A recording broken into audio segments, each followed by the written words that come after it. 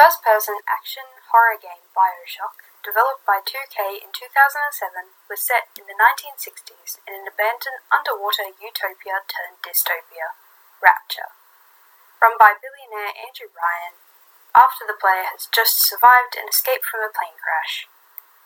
The player proceeds through the game, fending off psychotic mutants, security robots, and super soldiers through chemicals that alter human genetics, becoming superhuman themselves, whilst also gaining new weaponry and making questionable ethical decisions along the way. This analysis will look at the themes of violence and psychology in the original Bioshock. First of all, violence. Violence in video games is a frequently debated issue in society, one of the key arguments being that the separation between fantasy and reality is of vital importance. For Bioshock, these separations aren't very common. The graphics and art design are extremely lifelike, and the weapons feel slow and heavy. The only real relief to show the player the fantasy of the world is through the menu and pop-up screens, or the abilities the character gains. However, even the abilities are somewhat based in reality, with the explanation of modifying genetic code, which is in the current levels of scientific achievement, is a very real possibility. The designer of Bioshock, Ken Levine, has stated in various interviews his opinions over the display of violence in his works. One of the responsibilities of art is to actually show this is what it looks like when someone gets shot, because it's really obscurated. Video games should not shy away from depicting the reality of violence, however harsh it may be. Putting the player in a first-person perspective with a blunt base starting weapon and rare bullets causes the player to enact very brutal and gory kills that are very reminiscent of reality, not over-glorifying or shying away from showing the player detail, aligning with Levine's ideals. One of the most morally questionable player decisions of the game are based around the entities referred to as Little Sisters, who are protected by massive, heavily armoured diving suits with human DNA, called Big Daddies.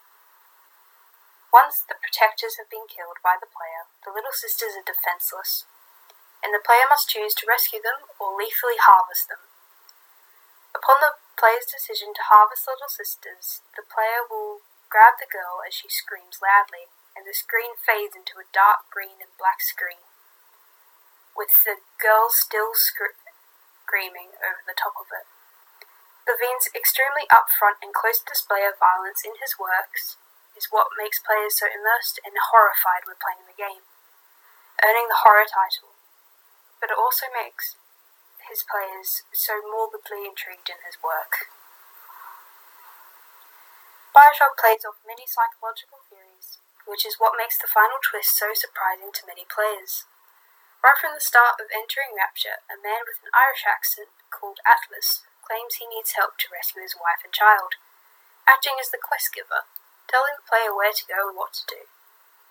When he does, he asks, "Would you kindly?"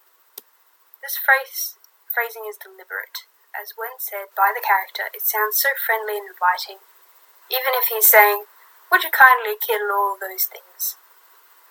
Not asking any questions, the player just acts on this stranger's whim, killing people, disabling cameras, and injecting themselves with chemicals because this disembodied nice Irish man is telling them what to do, and congratulating them when they do what he asks.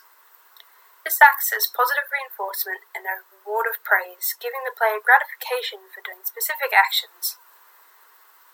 The phrase, "Would you kindly?" is scattered throughout the game, hinting at the true nature of Atlas.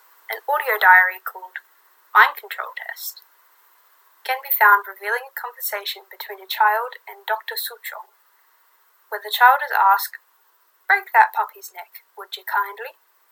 Then the child proceeds to protest but ultimately comply. By finding the audio tape, it rewards the player with knowledge of the story and with the feeling of achievement for finding the collectible. An example of Atlas's manipulation is when they first encounter a little sister for the first time.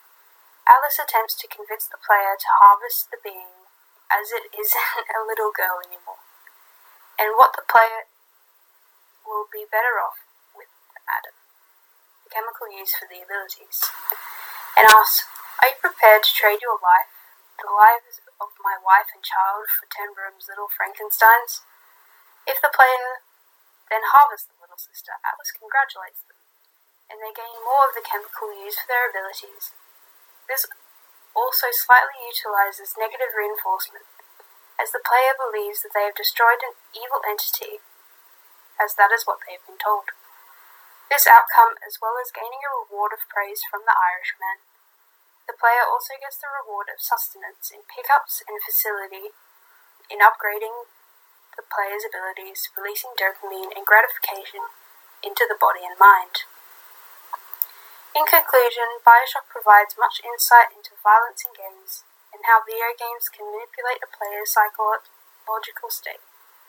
It also excellently displays how designers can incorporate the exploitation of a player's relationships and emotions and turns it into a main feature of a storyline.